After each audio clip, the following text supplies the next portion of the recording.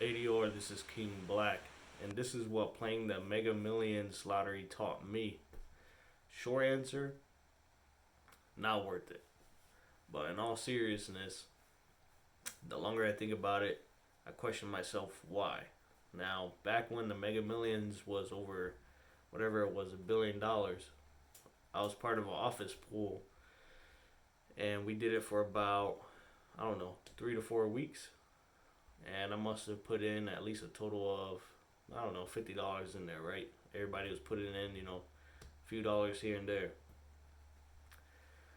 Now, even though it's just $60 over the long term, right? So for those 3 or 4 weeks we were playing, $60 isn't a lot of money. You know what I'm saying? It's a cell phone bill for a month. But I don't know if it's my zodiac sign as a cap, or if it's my personality, or if it's how I was brought up. But that kind of tugs at my money strings. And no, I'm not like Mr. Krabs on SpongeBob. But what I mean is, the longer that I think about it, good for that person who won. But in general, the chances of winning the lottery, especially something like that, is so slim.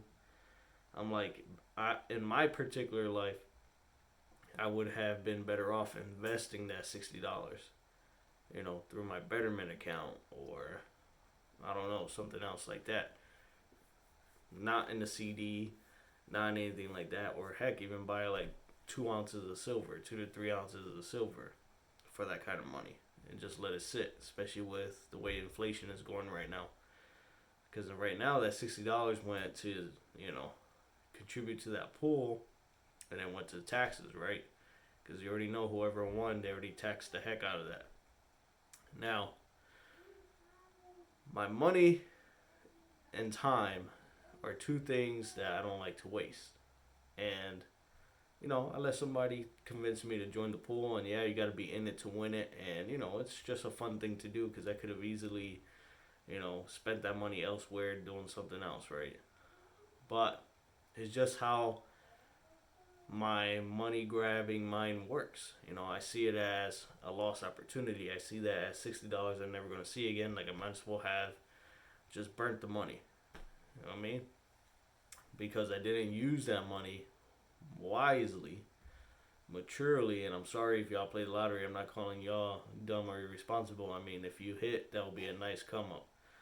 But it's also sort of the same reason why I never got into the whole NFT game. Because, yes, as hot as it was, and as many people that made a lot of money off of it as they did, we can see now that the market's turning on a lot of this stuff.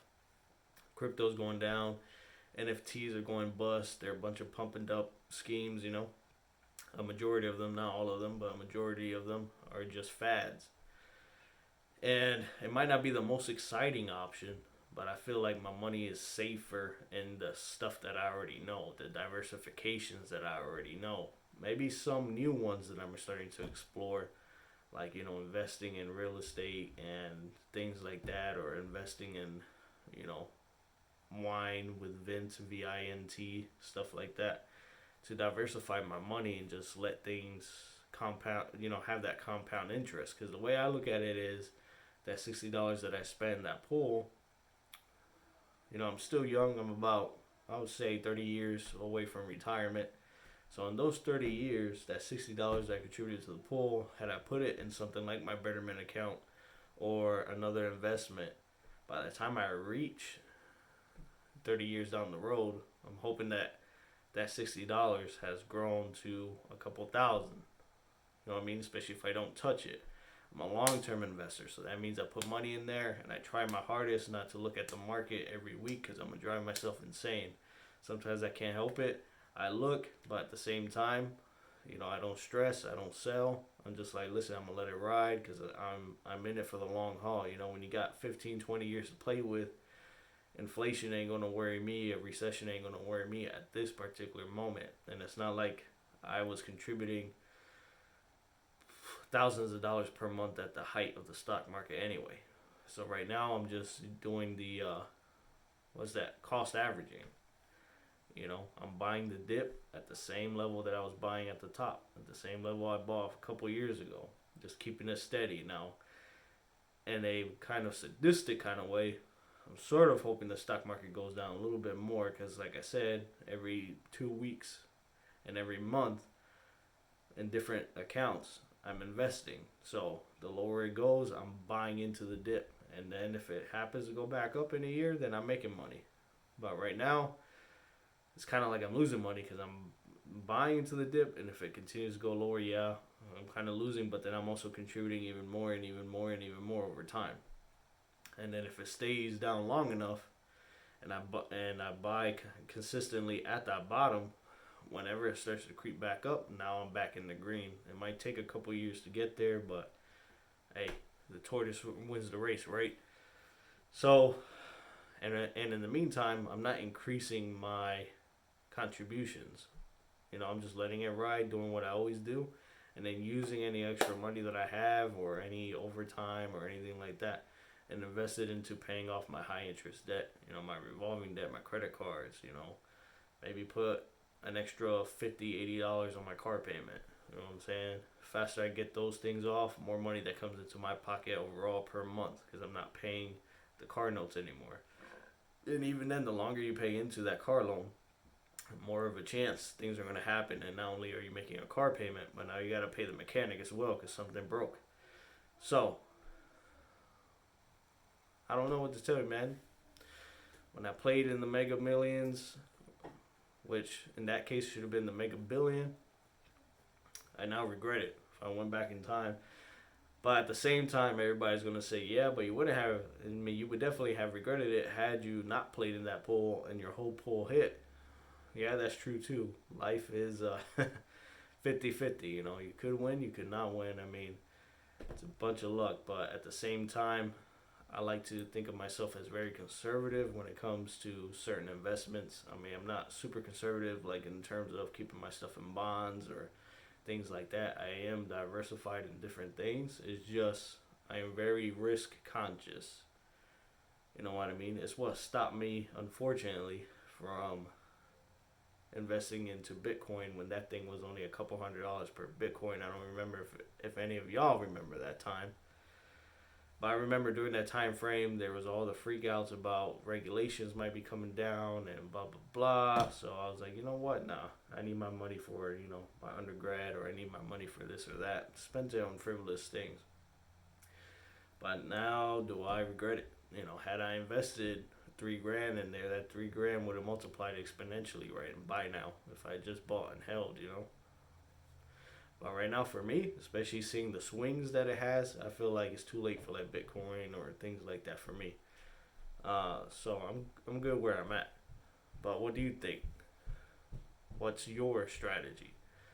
You know what I'm saying? Did you play in the Mega Millions pool? Do you regret it? Or is it just your fun money, your fun coupons that you just threw to it and you're not worried about it?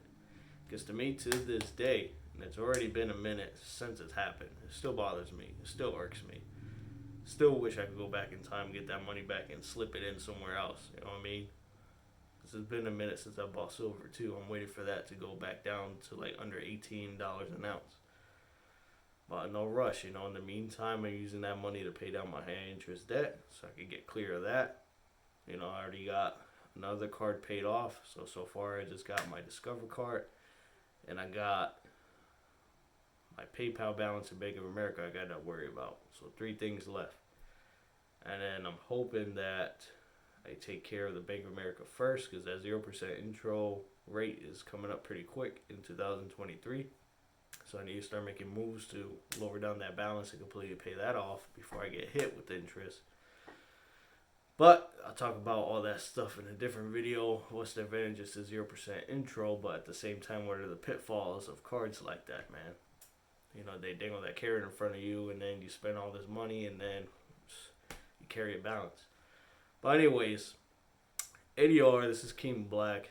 Just wanted to vent that out there, man, because, things that mess with my money kind of bother me a little bit.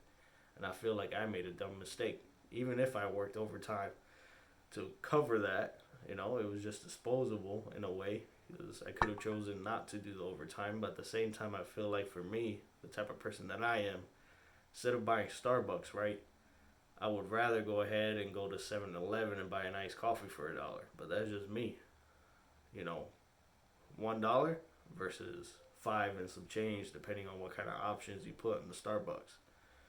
So for me, especially if you do it multiple times in a month or whatever, that really adds up. You know, if you got it like that, or that's what you want to spend your money on, is Starbucks, and you want to give them all your money, that's cool. I have Starbucks every once in a while, or somebody invites me and they're going to pay for it, cool. But I personally don't always be going to Starbucks. Same thing, like my local convenience store here, 20-ounce bottle of soda is like $2, right? But then I go over to McDonald's, get any size I want for $1. Why am I gonna spend two?